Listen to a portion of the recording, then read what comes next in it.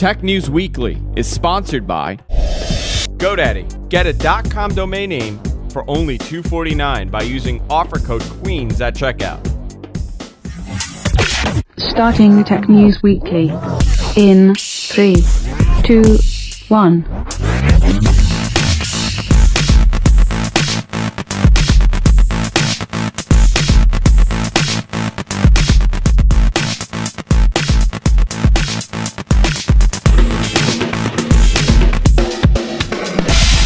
Hey everybody, welcome to Tech News Weekly. I'm your host, Andrew Zarian. Of course, I'm joined by John, as I am each and every week. How you doing, John?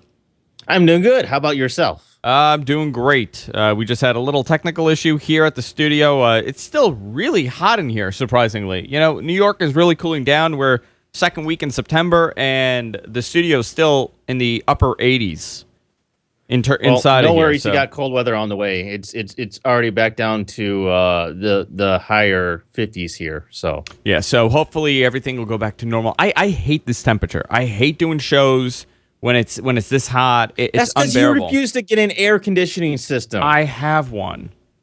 It doesn't work good enough. You need to get a better solution. You know what, John? Spend my money. Why don't you keep spending my money? I don't have any of your money. No, I don't either. Well, hopefully the show won't have any of these weird issues that we were having before. But a lot to talk about. I'll tell you, John, I am exhausted with the Apple news. The entire week was all about Apple. The iPhone 5C and the 5S were announced this week. It's unapologetically plastic, according to Johnny Ive.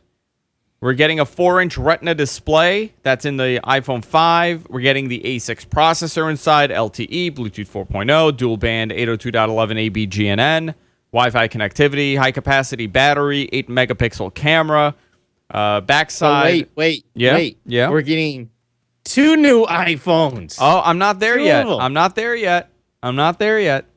It's going to come in blue, white, pink, yellow, and green. And it could all be yours for $99 on a 2-year contract. So you're getting the 5C you're getting pretty much a iPhone 5 in a plastic case for $99. Not bad. The iPhone 5S, on the other hand, is getting a 64-bit A7 processor. You're getting the M7 Motion chip, which when they announced this, we were A4 or A7 processor. A7. I'm sorry, A7. And then they're getting the M7 Motion chip inside of it as well. Yeah, to me, that's a very interesting thing that they're doing. They're more or less marketing that particular part of the phone now, which they didn't necessarily used to. I mean, you just kind of assume it's got certain features. It's got an accelerometer. It's got a gyroscope in there so that you can tell orientation. I guess they've added a couple more things to it for fitness related, like a pedometer and some other stuff. So now they're at the point where they can market this thing in a particular way. Yeah, they're calling it the M7. I guess they're calling it by whatever name they've decided. Fingerprint. Yeah, let me see exactly what they put in it. Accelerometer, gyroscope, digital compass, gyroscope. Yeah. M7 Motion coprocessor. I mean, really, that's the only difference in terms of orientation from the previous iPhone. You're also getting a fingerprint sensor called the Touch ID. And that's something that's been rumored for a while, too. We kind of had this notion that they were doing some sort of fingerprint because we saw some sort of patents come up that lended to that. And now we've actually known it's now called Touch ID. You know, I thought this was a little stupid, but for one feature alone, I think it's great. You could authorize purchases with the Touch ID. You don't have to put in your password. You could just touch it with your finger, and I think that's amazing. Because I hate putting in that password. I think a lot of people are still skeptical about how well this will actually work. Nobody's actually tried this in the real world yet, so we don't know how fast it's going to scan it, how accurate it is. You're supposed to be able to use any number of combinations of your fingers that you want. Your thumb, your index finger, your middle finger, your pinky. I'm just looking here at it. Yeah, so you could buy all the purchases. You could buy all the iBooks, the apps, the music, whatever you want in there. The camera has a 15% bigger sensor. You could do 120 frames per second slow-mo in 720, image stabilization. Pretty much, it's still an 8-megapixel camera, just a bigger sensor, making the picture quality obviously better. Yes. You could get it in space gray, silver, and gold. So the black they're calling it space gray. Yeah, no more black. It's space gray.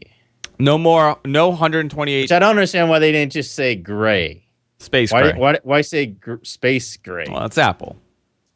I'm surprised they called it gold and silver. I would have imagined they would call it something else. Phone? The gold color. It's not bad. The champagne one Really? is not bad at all. Yeah, I don't hate it. I thought it looked a little gaudy. I don't hate it. Maybe I'm a little gaudy, I don't think but Steve Jobs. I mean, at least from the renders that I saw, it looked a little gaudy, a little bit too gold. I think it's fine. I think they're all the same. You're not going to be able to pre-order this, by the way. The 5S is not available for pre-order. It's available on September 20th. The iPhone 5C is available for pre-order, and it's available in stores on the 20th. Interesting how you cannot pre-order the 5S, but you can the 5C. Yeah, why do you think that is? I don't know. I mean, there's been some speculation out there that they're having issues with the fingerprint assembly, and that they're having a lot of issues in terms of it actually working correctly. They're having a lot of fails with it. They're having to fix things or put in new fingerprint assemblies because the ones that they're putting in there just have a high failure rate. I mean, if that's the case, they're really cutting it close, huh? Yeah. They're really cutting it close. But you can pre-order the 5C, which a lot of people thought the 5C was going to be maybe a low-cost option. But if you actually look at the cost of it, it still isn't quite low cost that people were thinking of. At least not in terms of, developing nations and those type of areas where Apple has not as big of a presence as they do here in the United States. See, I was hoping with this device they would have had an affordable, a very easy to purchase, unsubsidized price point. Yeah. I was imagining they would have like a $299 price point or $399 price point for an unsubsidized version of this phone, but that is not the case. It's basically just $100 cheaper. Yeah. In every sense, yeah, $100 cheaper. And that's still if you go with the contract. If it's off contract, you're still paying, $549 and $649. Yeah, which I kind of understand, but that's still a little on the expensive side off contract. I mean, it's a totally made up price. I think is it the Nexus 4 that they're selling off contract right now with Google? Yeah, and it's $199. And they're selling it for $199 off contract, which is a great, amazing price for a phone. They also announced that iOS 7 will be arriving on September 18th. So in a couple of days, you're going to be able to get iOS 7. I actually have iOS 7 on my iPad. And what do you think of it? I like it. Really? I think, the UI is nice and clean, and, it's a little Eastery, but I think they did a good job with it. No, I actually think they did a really good job with it, and they modernized the UI, which I think it was getting a little dated. I like the whites. I like the font. I don't know that I'm sold yet on the new OS. I don't have it installed yet, but I think it's from fine. what I've seen, there's still certain things that I don't know if I would have gone down those avenues that they did. Apple iWork, iMovie, iPhoto will be available for free on new. Oh my God, my allergies will be available for free on new iOS phones. So you're going to get iPhoto, iMovie, Keynote, Pages, Numbers. They're all free in the App Store for qualifying iOS compatible devices. Now, interestingly enough, yeah, go ahead. Go ahead. They did not announce a new iLife or iWork for. Well, iWork they announced for the Mac, but they did not announce the iLife suite for the Mac, which I found really interesting. No. Because that was a central key software in OS X for many years. I mean, iPhoto and iMovie were huge selling points for a lot of people.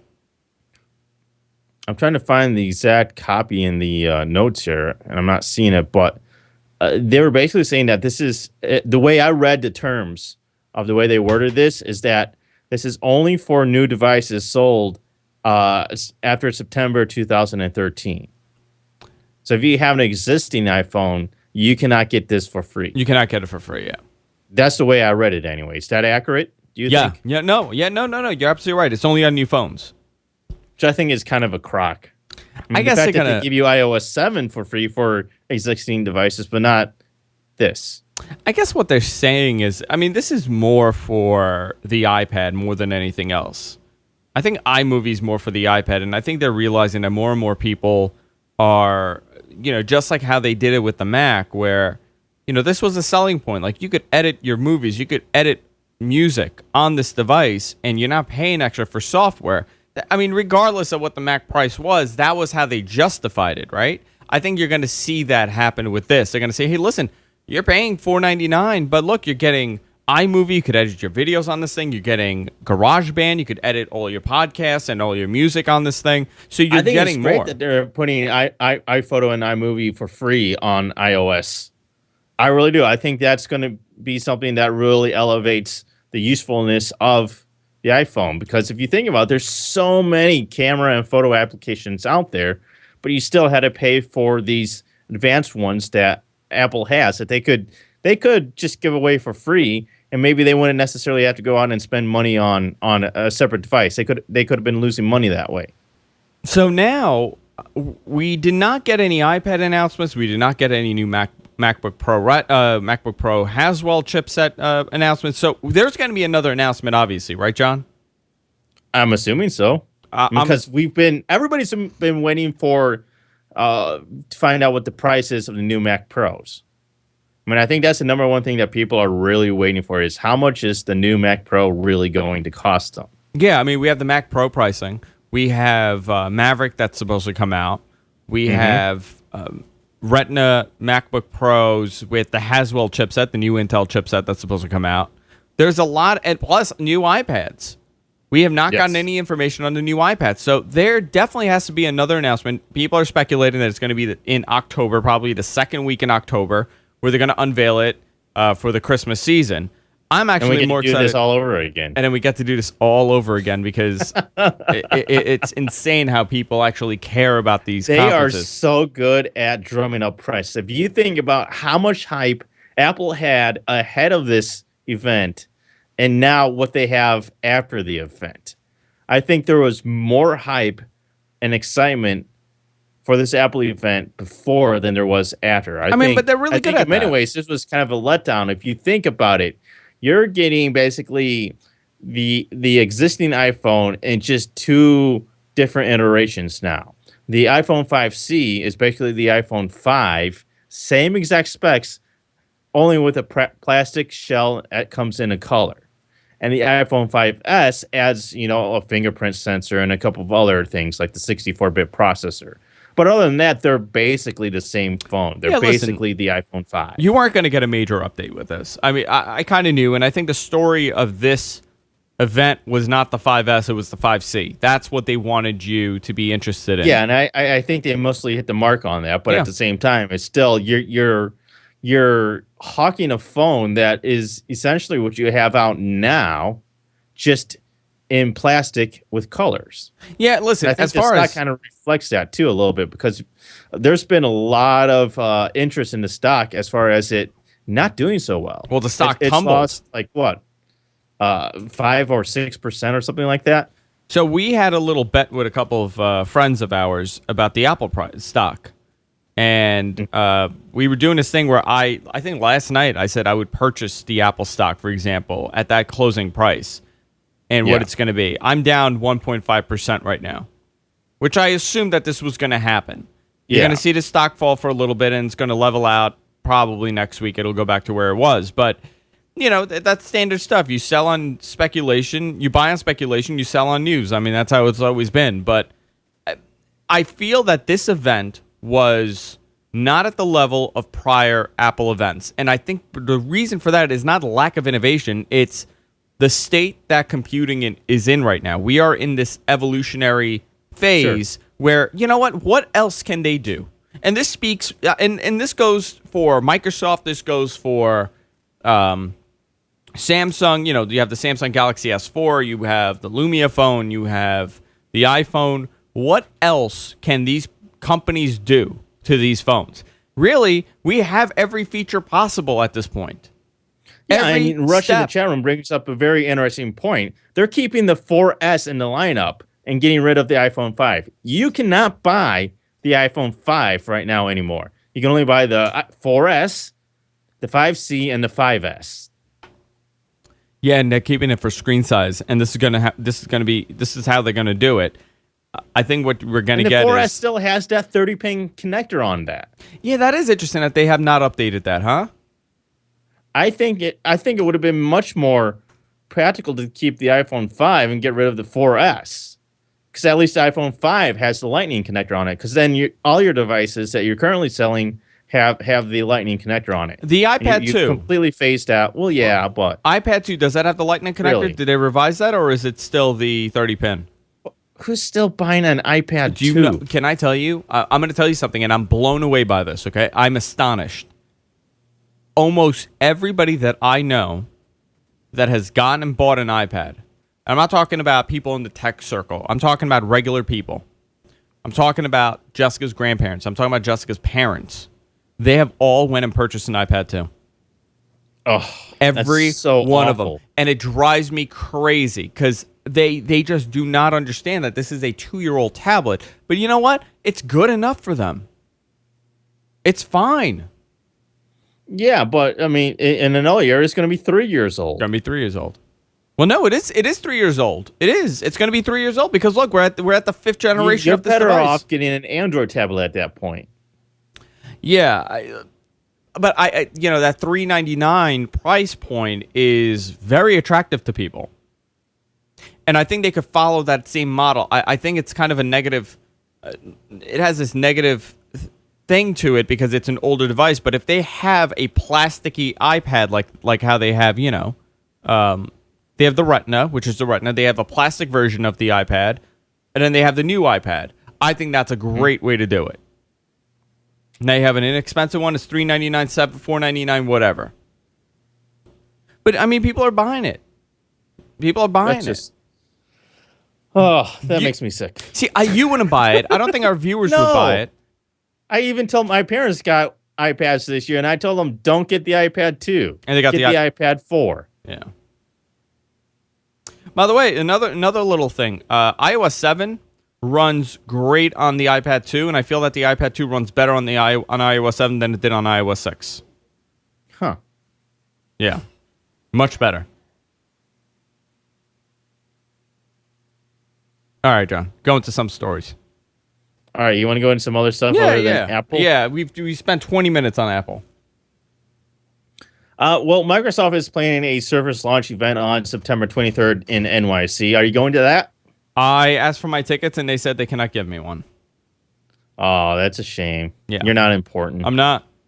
I'm going to stand outside like a groupie waiting for Paul and Mary Jo to come out. So the reports are saying that Microsoft will be launching the Surface 2, which is going to be a Tegra 4 processor and 1080p display with 4 gigabytes of RAM. What are your thoughts on Surface 2? Is that something that people are going to be interested in? Is that something that they're going to be able to correct some of the mistakes that they've made with the current Surface and possibly make it a tablet that people want? Unfortunately, I don't think in this version we're going to get the tablet that we want. The tablet that we want will be, you know, possibly the next one where they kind of figure out how to take desktop out of the Surface RT and just make it that Metro interface. I think that is the device that will be, you know, the big hit for them. When they figure out, they have this weird identity crisis now, right? It's a tablet, but you still have a desktop OS on there. I think what it is, and I'm kind of in agreement with you, they're in a transition stage where they're transitioning publicly, where they need to be transitioning much quicker and privately, where the changes that they're making, they need to be figuring out these mistakes on their own, but they're not. They're coming up with these concepts and ideas and visions that they're executing not very well and publicly. And the public is saying, we don't agree with that, we don't like that, and we're not interested. I feel like their biggest problem was that they didn't give us the option, right? They told us what we're going to like. They know better than we do.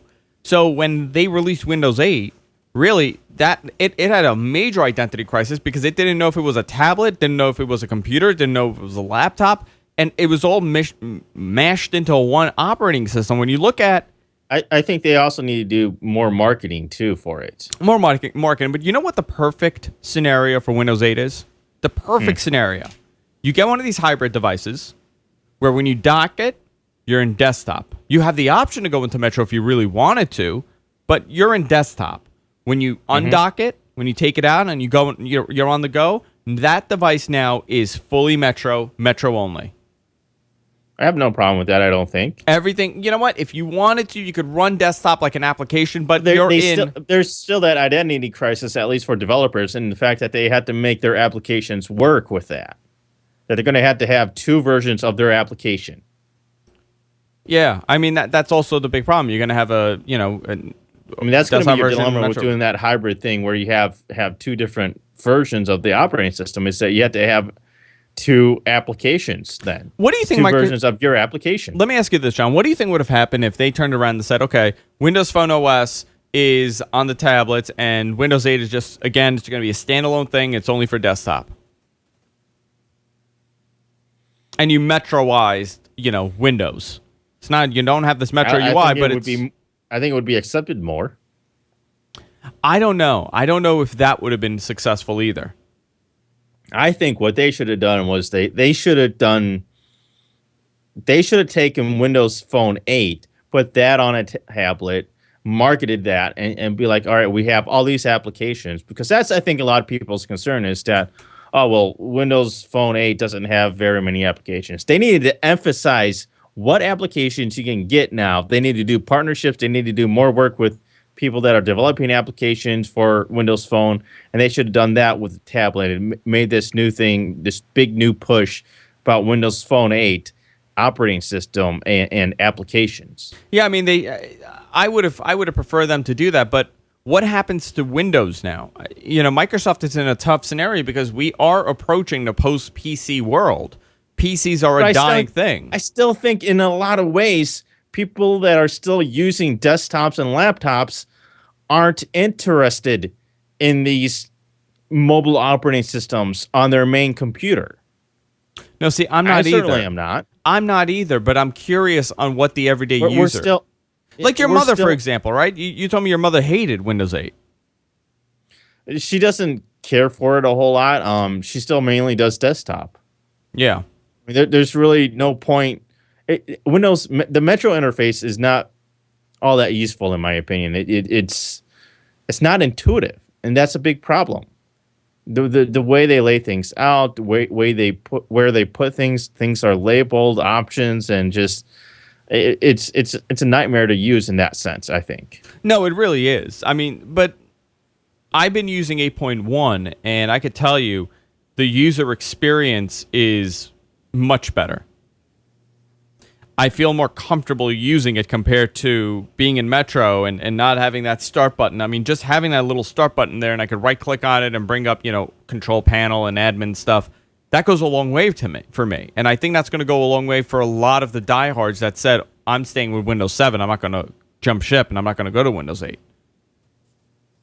I think when you use Windows 8.1, I don't think you're going to be happy, but I think you're going to say, okay, you know what? This is the right step in the right direction. At least they gave me this back. At least I could do this again. Yeah. I think that's the story with this. And you know what? 8.2 or whatever they're going to call it may be the one. It may be the operating system that we want. Who knows? Did you read this? Actually, let's go into the Nokia story, before we go into the Verizon thing, because that's fascinating to me. Nokia 1520 reported due to be debuted September 26th. It is a larger Nokia phone, 6-inch Nokia phone. It's like the Galaxy Mega. It's huge, actually.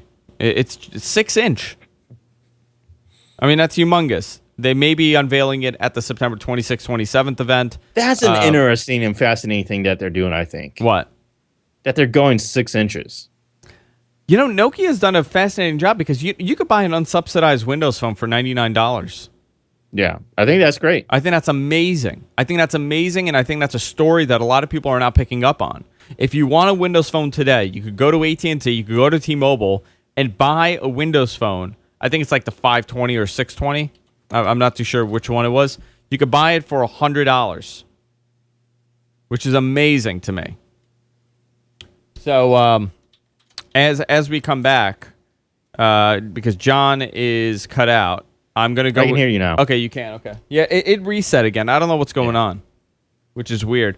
Why don't you go into the Verizon story?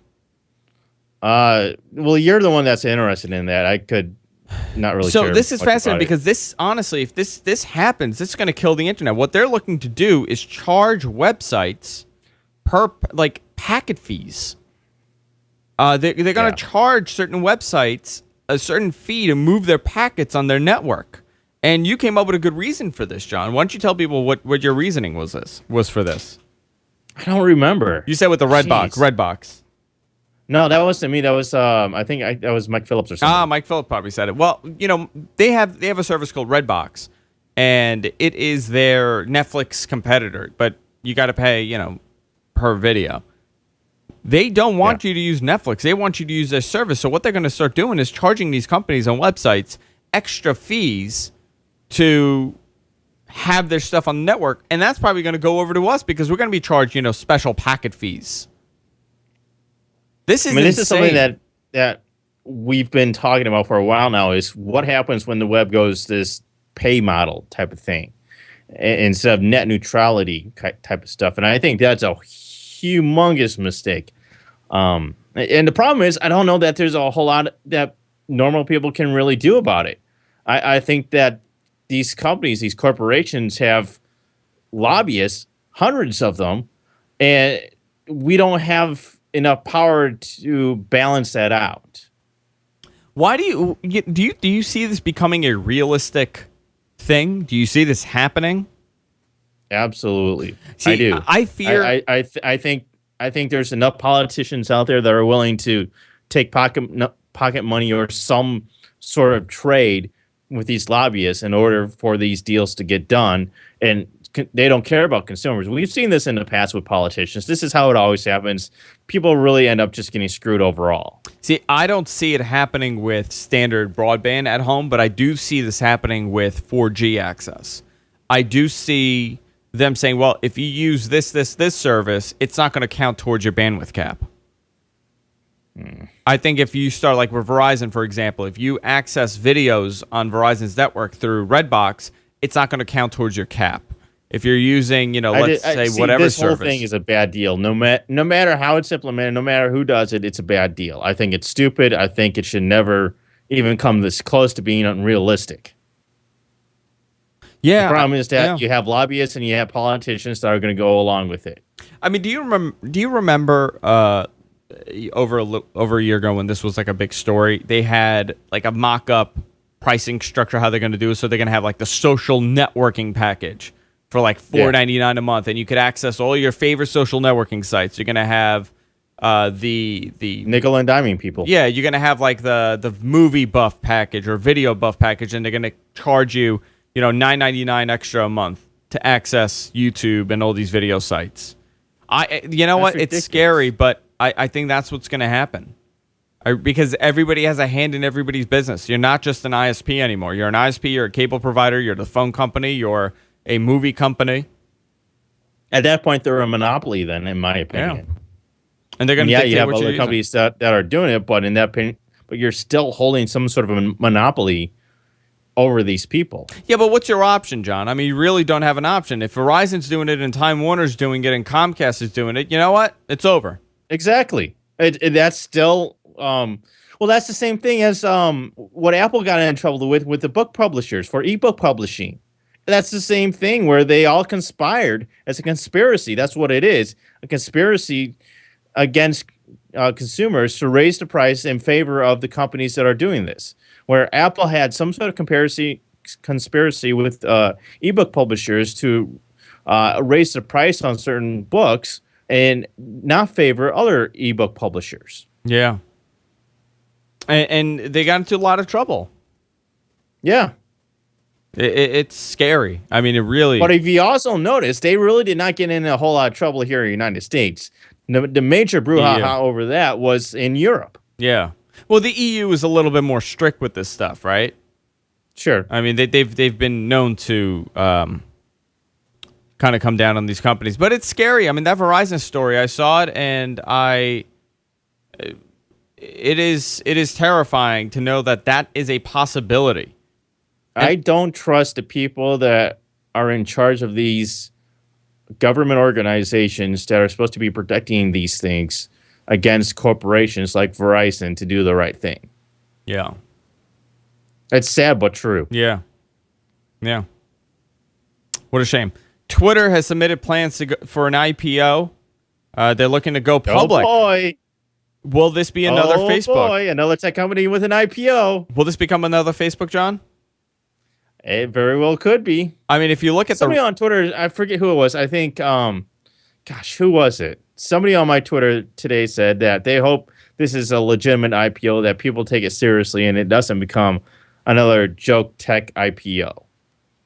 I mean, the problem with Twitter has been they're making money, but how do they continue making money? I feel like Facebook is far more stable than Twitter is, as far as a company goes. I mean, I think they're both kind of in the same boat. Facebook has just been around a lot longer than Twitter has. I don't know. To me, I feel like Facebook is a safer company to kind of be investing in, considering the I'm not reach, saying you're not wrong. the reach and the information that they have. I can't see Facebook becoming destabilized and kind of people saying like, I'm bored with Facebook. But you know what? Twitter could be destabilized. Yeah. They're hoping to go, public soon. And this is interesting that how these social networking sites are now all going public. It is. And I don't know if I necessarily agree with that. I mean, we've seen what's happened, like a Zanga and a Groupon. They went public and it crumbled. Exactly. They did not do well. And I think in a way that you can make a big mistake by filing an IPO. Yeah. And with that said, Dell is going private. Yeah. Michael Dell got approved to take his company private at $20-something billion. So they're coming private, which I think is a great idea for the company. They need to totally restructure, and I think all these PC manufacturers need to kind of do some major house cleaning. But it's an interesting time for tech. Very interesting. BlackBerry executive confirmed BBM for iPhone submitted for review 2 weeks ago. John, you were. Does Apple even care about BBM? No, but you know what? Do people care about BBM? Is this going to make people install BlackBerry? I think people will check it out and see what it's all about and see if it's worth, using. But if it's not worth using, if it doesn't offer anything better than what they have now with iMessage, then no, because you have so many great services now. You have WhatsApp, you have Kick, and you have iMessage.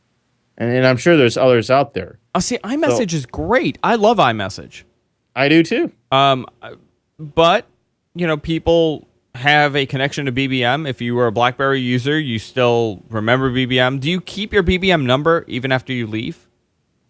No. You don't? Okay, so as far as I know, it's device specific. Okay, so you're going to have to get a new BBM number. And the problem with BBM and their application that they have now is that it's not even going to be fully featured as it is on a BlackBerry. Oh, so kind of. And they do have plans to implement all the features of BBM on BlackBerry, but we don't know when.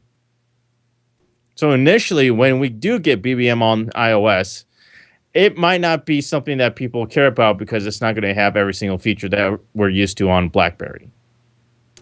Yeah, I don't know. 2 years ago, I would have said, wow, this is great. I'm really excited for BBM to come over because I know a lot of people. That could have been something that if they did this 2 years ago, they could have been better than iMessage. They could have got the jump on iMessage. Are people using third-party messaging applications like Kick and WhatsApp or whatever it's called? I don't know. I never use them, so I don't know. I never use them either, but apparently they do have a big following. I guess it's your circle, right? It's the whole thing with, are you using AOL AIM or are you using MSN? Yeah, I think that's part of it in a way where you have iMessage. It's built in. Everybody that has an iOS device has iMessage. Yeah. So in a way, it's already integrated into your device. So yeah. You don't even need that to go install something, get everybody to use it, etc. John, go into the NSA story, and then we'll do our picks of the week. It's going to be a little quick show today. It's really hot in here, so I need to get out of here. But let's talk about the NSA disguising itself as Google. This is very interesting. And NSA has been in the news a lot lately. As everybody know, Edward Snowden leaked a bunch of information about how the NSA and our government works. And recently it was revealed. Let me see if I can. I'm just going to read this. Earlier this week, TechDirt picked up on a passing mention in a Brazilian news story and a state article to point out that U.S. National Security Agency, the NSA, had apparently impersonated Google on at least one occasion to gather data on people. The Brazilian site Fantástico is where this comes from, published the document from Edward Snowden, which diagrams how a man-in-the-middle attack involving Google was apparently carried out. Wow. What this means is that Google, or the NSA, excuse me, wrote certificates. You know, when you go to a site that has an SSL certificate that says and verifies that you're really here, you're really on Google's website. Well, the NSA broke all that and issued their very own certificates saying that they were Google in order to kind of steal your information, so that once they have, you know, your password, once you log into their fake website, they steal all your information and they can go to your bank, your email, whatever it is, to access your information with the information that they got from you by deceiving you. Wow.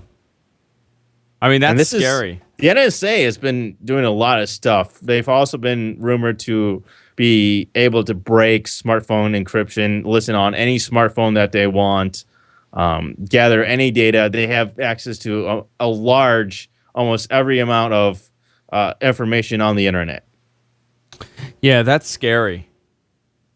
Yeah, it's very scary. I mean, it's amazing that he was the one who leaked all this. What's scary is the fact that they've been doing this for a long time. And nobody knew about it. For a long time. It's actually been said that a lot of the stuff that the NSA has been doing has actually been in violation of the Constitution on numerous occasions. I forget what article it was that I was reading, but they were saying that they have violated the Constitution and people's privacy numerous occasions. Oh, I mean, even dating back to the Patriot Act, I mean, there were major flaws in the system and how it was violating your constitutional rights. But this is really invasive, and it's intrusive as well. Deceiving the American public. The fact that they're actually going and hacking people, that's just wrong. This is going beyond just collecting data. This is something that was really interesting. I forget where this was. Somebody was interviewing Yahoo CEO Marissa Mayer the other day, and she was saying that she was actually fearful of committing treason and being thrown in jail if she actually refused to hand over data to the NSA. Yeah.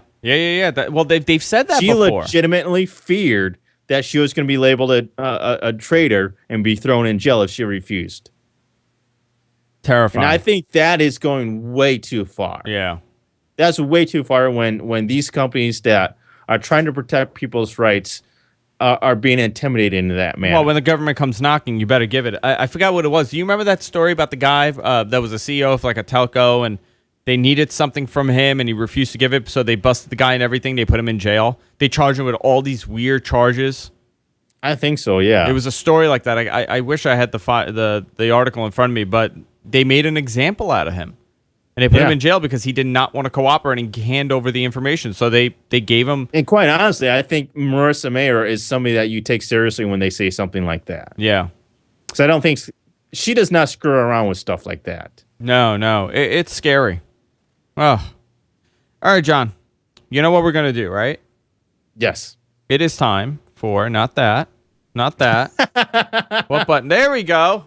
Now I know. For the picks of the week, this is the portion of the show where we talk about a tech product, a website, software, whatever comes to mind that we like. We talk about it, and we want you guys to check it out. So, John, what is your... Actually, you know what? I'm going to go first this week. Yeah, make sure you also have my link. Yeah, I'm going to go first this week. I have a major problem with duplicate files. I like to do redundant backups. I like to do my cloud backup to Dropbox. I like to have a backup folder on my computer, and I also like to have a backup drive externally on the side. At times, when I do like a full format, I'll forget if I brought everything over. Like maybe one of my backups has 75% of the files, so I end up with a lot of duplicates at one point. If I constantly, back up, I end up with a bunch of duplicates. And I've been looking for a really good duplicate detector for the Mac because everything is on the Mac, and I found one. If I could pull it up here. Here you go. It's called Duplicate Detective. They have a major sale. They're 50% off right now in the Mac App Store. And I just use it, and I've used a lot of these, duplicate finders, and I'm never really happy because at times it doesn't always find the right file. It leaves stuff behind, or it deletes the wrong files. There are a lot of mismatches also that go on with duplicate finders.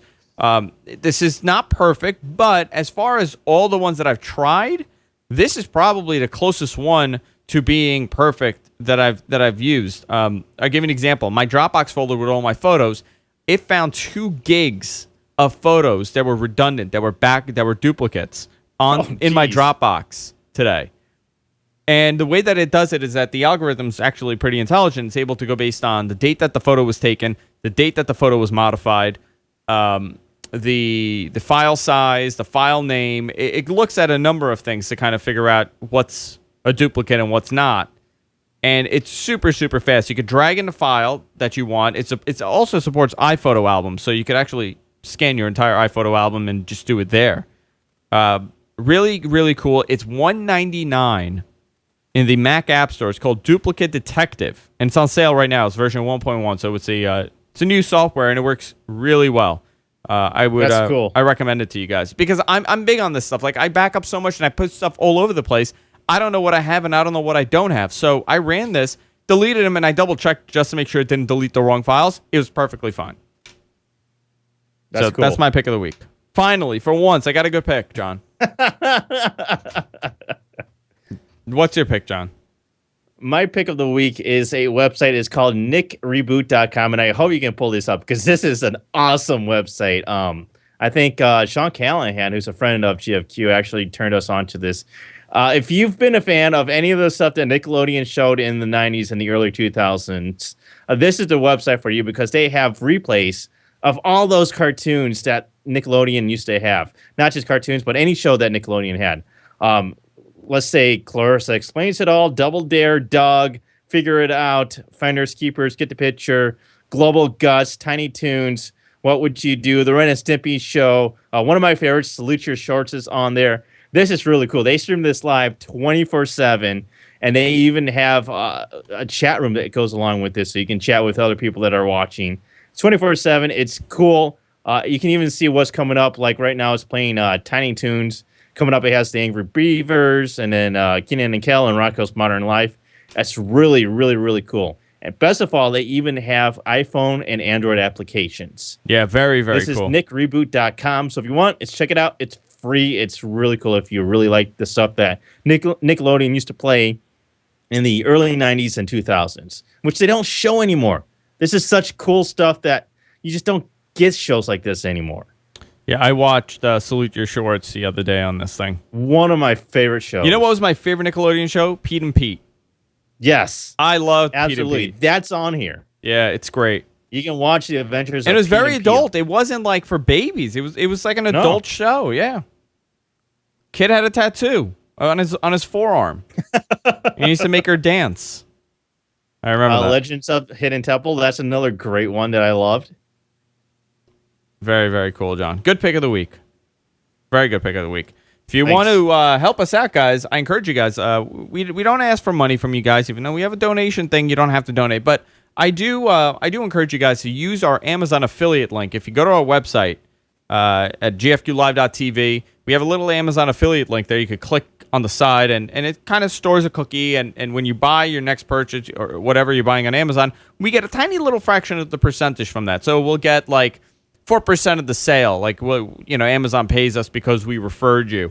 Or you could go to our short link. It's gfq.co/Amazon, and you could use that whenever you're purchasing. You could save it in your favorites menu or bookmark it, whatever, and you could just use our Amazon link. And a lot of people have been using it. I think it's great because it helps us upgrade stuff whenever we need to do an upgrade. We just buy it directly from Amazon, and it's a huge help. So I encourage you guys to do that.